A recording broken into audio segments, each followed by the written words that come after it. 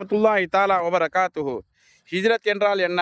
ஹிஜ்ரத் எப்போ எப்போ ஆரம்பிக்கும்? ஹிஜ்ரத்துடைய அமல்னா என்ன அப்படின்னா, அல்லாஹ் தஆலா ஒவ்வொரு ஊருக்கும் ஒரு நபிமார அனுப்புவான்.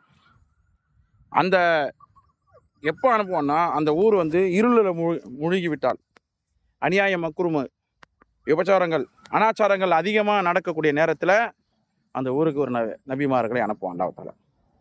அந்த நபிமாருடைய பேச்சு அந்த மக்கள் கேட்டால் அந்த ஊர் செழிப்போடு அல்லாஹ் தஆலா வைப்பான். அதே அந்த மக்களை வந்து அந்த நபிமாருடைய பேச்சு கேட்கலான்னா அல்லாஹ் தஆலா 2 காரியத்தை செய்வான். ஒன்று என்ன செய்வான், அந்த ஊரை அழிப்பான். இரண்டாவது, அந்த நபியை என்ன செய்வான், அந்த ஊர்லேருந்து அல்லாஹ் தஆலா வேற ஊருக்கு ஹிஜ்ரத் செய்ய வச்சிருவான். இதுதான் ஹிஜ்ரத்து. ஹிஜ்ரத் என்பது காலம் காலமாக நடந்து கொண்டிருக்கின்றது. ஆனால் ஹிஜ்ரத் என்பது வரலாறு மறக்க முடியாத வரலாற்று சாதனை படைத்த ஹிஜ்ரத் எதுன்னு சொன்னால் நம் நபி ஸல்லல்லாஹு அலைஹி வஸல்லம் அவருடைய ஹிஜ்ரத்து தான். ஹிஜ்ரத்து ஹஜ்ரத் இப்ராஹிம் அலைஹிஸ்ஸலாம் அவர்களும் ஹிஜ்ரத் செய்தாங்க. இப்ராஹிம் அலைஹிஸ்ஸலாம் அவர்கள் எப்போ ஹிஜ்ரத் செய்தாங்கன்னா, அந்த மக்கள் நம்ரூதுடைய மன்னன் அவரை என்ன செய்யற உயிரோட வாழ உள்ள, அது மட்டும் இல்லாமல் தீனுடைய பணியை செய்ய உள்ள. அதனால அல்லாஹ்வுடைய உத்தரவின்படி நீங்கள் என்ன செய்யுங்க, இப்ராஹிமே நீங்கள் இங்கேருந்து புறப்பட்டு மக்காவுக்கு போங்க. அந்த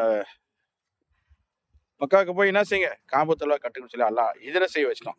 பல 1000 கிலோமீட்டர் அதில் இப்ராஹிம் அலைஹிஸ்ஸலாம் அவர்கள் தன்னுடைய குடும்பத்தோடு ஹிஜ்ரத் செய்தார். அந்த ஹிஜ்ரத்துடைய விளைவு தான் இன்றைக்கு மக்கள் உலகம் எங்கும் திரும்பும் திசையில் இருந்து ஹஜ்ஜுக்கும் உம்ராக்கும் ஹாஜிகளும் உம்ரா செய்யக்கூடிய செல்கின்றார்கள்.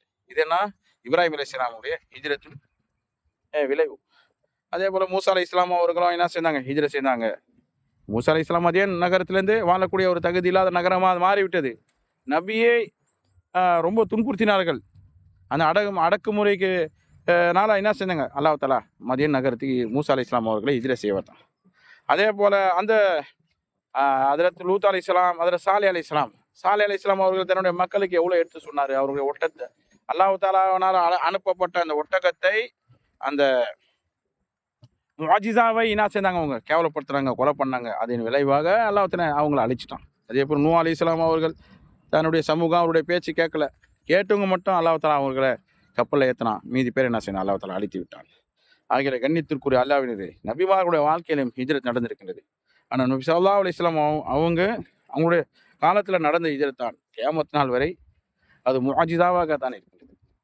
நபி ஸல்லல்லாஹு அலைஹி வஸல்லம் ரத்தத்தை சிந்தி தான் ஹிஜ்ரத் செய்த நபி ஸல்லல்லாஹு அலைஹி வஸல்லம் அவங்க.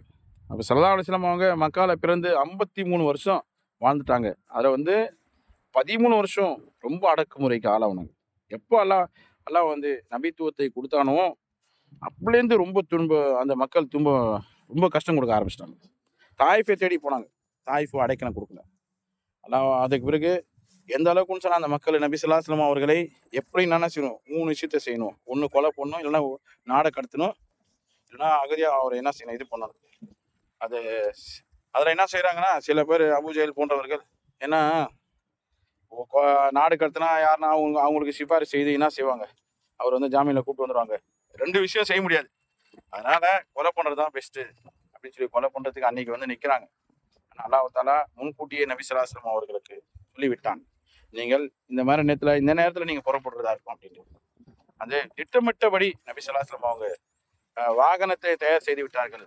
அவர் தங்கக்கூடிய எந்த இடத்துல போய் தங்கணும் அதுவும் அல்லாஹ் தஆலா மூலியமாக ஏற்பாடு செய்து அங்கே என்ன செய்தாங்க, ரெடி ஆயிட்டாங்க.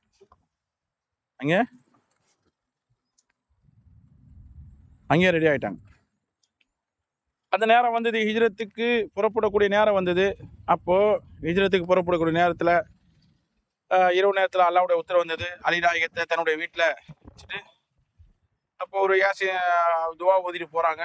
எதிரிகள்லாம் வெளியே நிற்கிறாங்க, எப்படின்னா நபியுடைய ரத்தத்தை குடிக்கிற அந்த அளவுக்கு வெறித்தனமாக இருக்கிறாங்க. அல்லாஹ் தஆலா அவர்களுடைய கண்களெல்லாம் மண் வீசிவிட்டு தன்னுடைய ஹபீபை பத்திரமாக என்ன செய்தான், அல்லாஹ் தஆலா அந்த சௌர் குகைக்கு அழைத்து சென்றான். கண்ணியத்திற்குரிய அல்லாஹ்வின் நல்லவர்களே, அல்லாஹ் தஆலா அபூபக்கர் சித்திக் ரலியல்லாஹு தஆலா அவங்களை நேரடியாக பேசுனது எங்கே அந்த கௌர் சுகை, அந்த சூர் குகையில் தான்.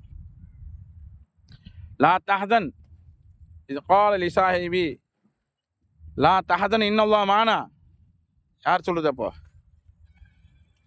இதே மாதிரி அந்த இடத்துல வந்துட்டாங்களே எதிரிகள்.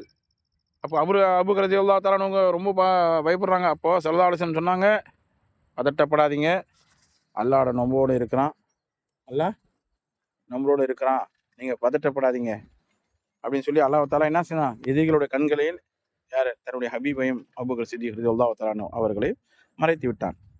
ஒரு கட்டத்தில் ஹிஜ்ரத் செய்தாங்க. இந்த ஹிஜ்ரத்து 2, 3 உலமாக்கள் ஹிஜ்ரத்தை 2, 3 இதுவா பிரிப்பாங்க. ஒன்று வந்து ஹர்து, வெறுத்து போய் வெளியே போகிறது. 2வது தேடி போகிறது. வெறுத்து போய் வெளியே போகிறதுனா, நபி ஸல்லல்லாஹு அலைஹி வஸல்லம் அவங்க மக்கா விட்டு போகிறதுக்கு மனசு இல்லை. மக்களுடைய அடக்குமுறை, காஃபிர்களுடைய அடக்குமுறை, குறைஷிகளோட அடக்குமுறை, அதுக்கு இதை தாங்க முடியாது தான் அல்லாஹ் தஆலா நபி ஸல்லல்லாஹு அலைஹி வஸல்லம் அவர்களை ஹிஜ்ரத் செய்ய வைத்தான். இது வந்து வெறுத்து போனது. தன்னுடைய இல்லத்தை, தன்னுடைய தேசத்தை, ஹிஜ்ரத்னா என்ன, ஒரு அகதியாக தான் போகிறது. ஹிஜ்ரத்தில் எல்லாமே கிடைக்குமா? நம்ம நினைக்கிற மாதிரி எதுவுமே என்ன செய்ய முடியாது, இஷ்டம் போல் வாழ முடியாது. ஹிஜ்ரத்தில் இஷ்டம் போல் என்ன செய்ய முடியாது, நம்ம ஒரு அகதியாக போனால் இஷ்டம் போல் நடக்க முடியாது. ஆனால் போகிற இடம் எப்படி இருக்குமோ, நம்மளை எப்படி நடத்துவாங்களோ, எவ்வளோ பயம் இருக்குது, ஒரு கேவலம், ஒரு மன உளைச்சல். ஏன்னா இங்கே வாழ்ந்தோம், தாய் நாடு இது, எவ்வளோ உழைச்சோம் ஊருக்காக, எல்லாமே விட்டுட்டு போகிறோமே, எவ்வளோ மன உளைச்சலாக இருக்கும். அதான் ஹிஜ்ரத் என்பது தியாகங்கள் நிறைந்த, மன உளைச்சல் நிறைந்த ஒரு அமலாக தான் ஹிஜ்ரத் இருக்கின்றது. இது ஹிஜ்ரத். 2வது, ஒரு ஊரில் ஒரு சமூகத்துக்கு பிரச்சனை ஏற்படுதுன்னா அந்த ஊரை விட்டு போகிறது, இதுவும் ஹிஜ்ரத் தான். அதே போல் குஃப்ரத்து, ஒரு ஷிர்க் நடக்குது, அந்த ஊரை விட்டு போகிறதும் இதுவும் ஹிஜ்ரத்து தான். அதே போல் ஒரு இடத்துல நோய் பரவுது, இதை விட்டு போகிறதும் ஹிஜ்ரத் தான். ஆகிற கண்ணியத்திற்குரிய அல்லாஹ்விலே ஹிஜ்ரத் எவ்வளோ விஷயம் இருக்குது. 2வது ஒரு ஹிஜ்ரத்து தலப், தேடி போகிறது.